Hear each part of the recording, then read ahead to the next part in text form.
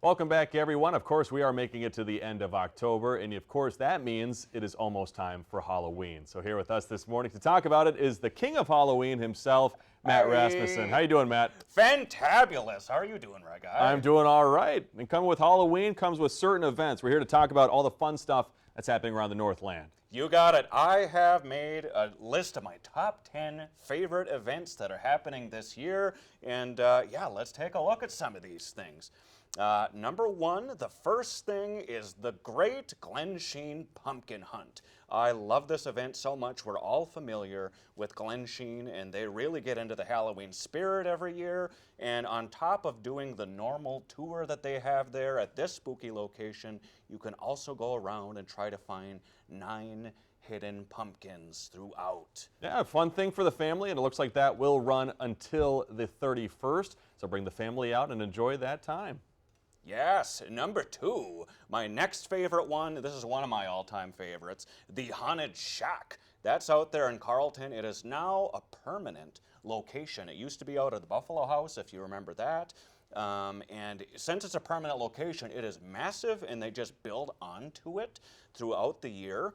And the Ghostbusters are there, is the thing. Every day you can show up and see the Ecto-1 that's parked there. They claim to be one of the scariest haunts in the area, and I believe it. Yeah, and it sounds like, too, that they have some things, too, that are not so scary and more family-friendly, too. Absolutely, yes. They have the low-contact haunt for the kiddies that happen during the day and so forth. So family fun all around. Yeah, and let's move on to one of the bigger ones here in Canal Park. It is the Haunted Ship. Yes, the Haunted Ship. This is my favorite haunt in the whole area here. We all know of the Haunted Ship. The William A. Irvin is not only one of the spookiest haunted houses in the area, this is an actual haunted location. There are 4 realsies ghosts, and there you can see the Duluth Paranormal Society has signed off on it saying, yes, we've investigated, this is haunted, and I myself have investigated this location,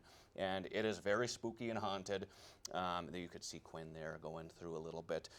These are some of the things you're going to see on the Haunted Ship. Yeah, you can buy those tickets online or in person. Looks like it's going to be running through the weekends through the end of this month. And now let's go from a couple of great events to another charity event. Yes, this is another great one. Now, this one doesn't get as much love or promotion as it should. It's the Haunted Forest.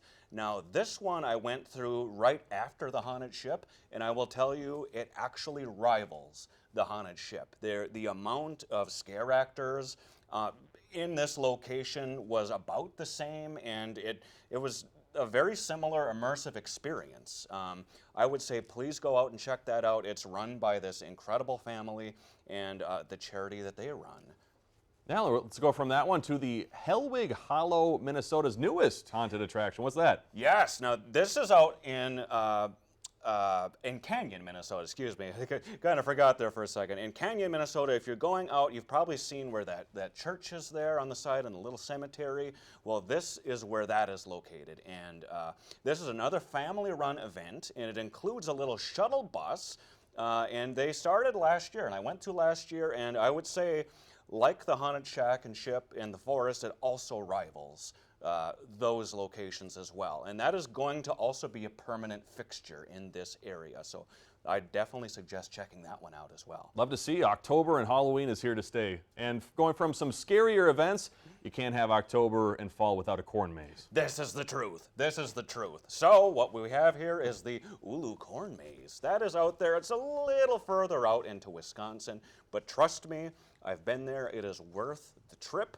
Look at how massive this maze is. It's kind of like the maze that you see in the horror classic The Shining. You can easily get lost in this area, and it's not just a corn maze.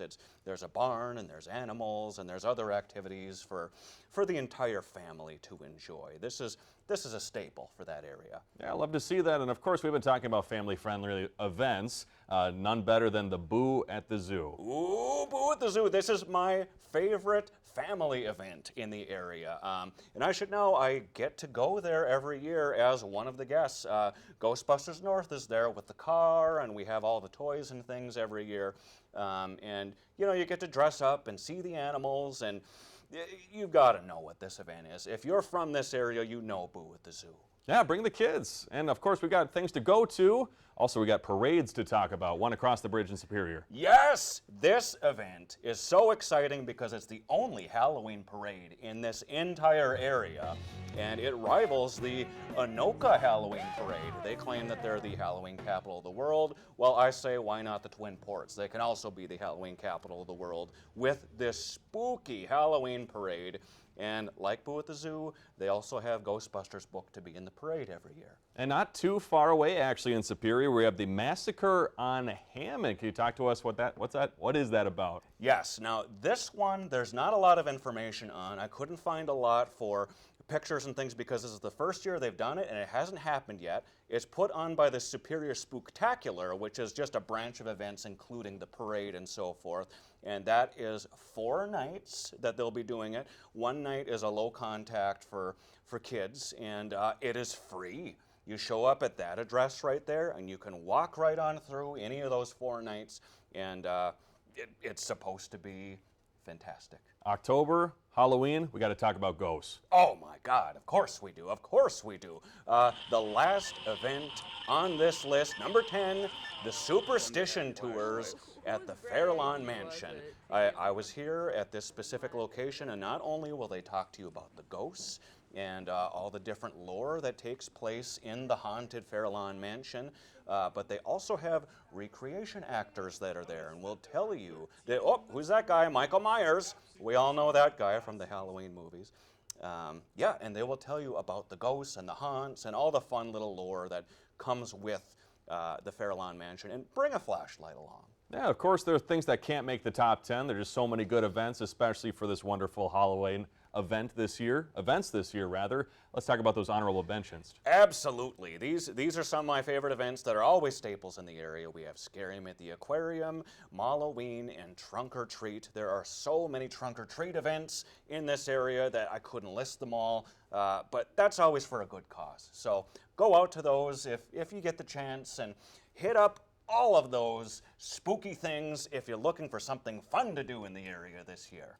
This weekend, of course, all of those events, most of those events are happening, and of course over the Halloween weekend as well. Matt Rasmussen, the king of Halloween, thanks for stopping by, Matt. Thank you so much for having me, Rye Guy. Until next year. Until next year, thank you for bringing your items, and of course, if you're interested in going to any of these events, we're going to have that information at kbjr6.com. We'll be right back after the break. Happy Halloween.